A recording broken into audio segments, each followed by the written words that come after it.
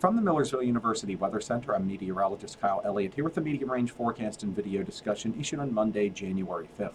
Well, the mild conditions that are going to return throughout the first half of the week are going to stick around throughout the medium range period. And after a beautiful Thursday, things are going to turn a bit more unsettled late this week and for the start of the weekend. So without further ado, let me start by taking a look at the Canadian model for 1 p.m. on Thursday. And honestly, Thursday is going to be about as nice of a day as you could possibly ask for by early January standards. We're going to have a high pressure system settled smack dab over the Delmarva region, and that's going to promote mostly sunny and mild conditions across the lower Susquehanna Valley. High temperatures on Thursday should be around 10 to 15 degrees above average or around 50 degrees. So it's going to be a great day to get outside, soak up some sunshine, and enjoy some outdoor activities with only a light jacket or sweatshirt on. But you will notice on Thursday that we do have this developing storm system over the central states. You'll notice the same theme on the European model. So that's going to be an issue in terms of clouds and wet weather as we move later into the weekend, into the start of the upcoming weekend. There are some subtle differences between the models. You'll notice the Canadian model takes that initial area of low pressure and takes it up through the Great Lakes region on Friday. The European model is very different. That initial wave of low pressure is much weaker, and it actually ends up tracking through the northern Ohio Valley. By Friday afternoon, that wave of low pressure actually ends up over southeastern Canada. So what happens here is that the Euro actually takes this weak cold front trailing southwest from that low and drags it southward later Friday into Friday night. The Canadian model, there's only one cold front that extends from the Great Lakes region the whole way down through the southern plains and south central states, and that progresses eastward from Saturday into Sunday. The European model is a little bit different. Like I said, it actually has two waves of low pressure, the one wave here and then another developing storm system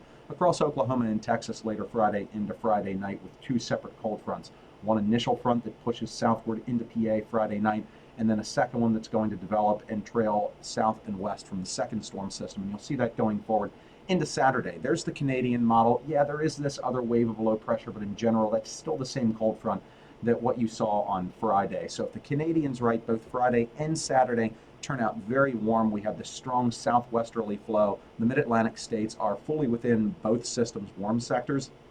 So as a result, high temperatures both Friday and Saturday on the Canadian reach the upper 50s to the low 60s across southeastern PA. There really isn't too much of an implication here in terms of clouds and wet weather, but the implication is in terms of temperature. If the European solution's right, yeah, we still are in the warm sector on Saturday, but you'll notice these kinks in the isobars, or lines of constant mean sea level pressure.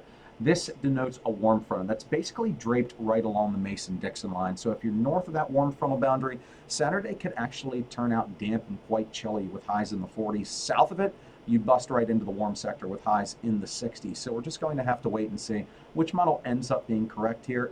At this point, the GFS model is also in line with the Canadian. So I kind of favor the GFS and the Canadian solution at this point, and we just blow right into the warm sector on Friday with highs in the upper 50s to the low 60s. And if that is correct, going back to the Canadian on Friday, that would mean less rain as well from Thursday night into Friday night, because that initial low pressure system is much farther away compared to what the Euro suggests. So if those two models are indeed correct, we won't get much rain south and east of the Appalachian front from Thursday night into Friday. The bulk of the rain would then come on Saturday into Saturday night as that cold front sweeps through the region. So again, we're just going to have to wait and see which models end up being correct here. So stay tuned to @MU Weather on Twitter X for further updates. And I'll also write a special weather discussion parsing these details tomorrow. I expect the models to come into better agreement here over the next 24 to 48 hours. So just stay tuned for those details, so that I'll be able to finesse which time periods look the wettest from Friday through Saturday night.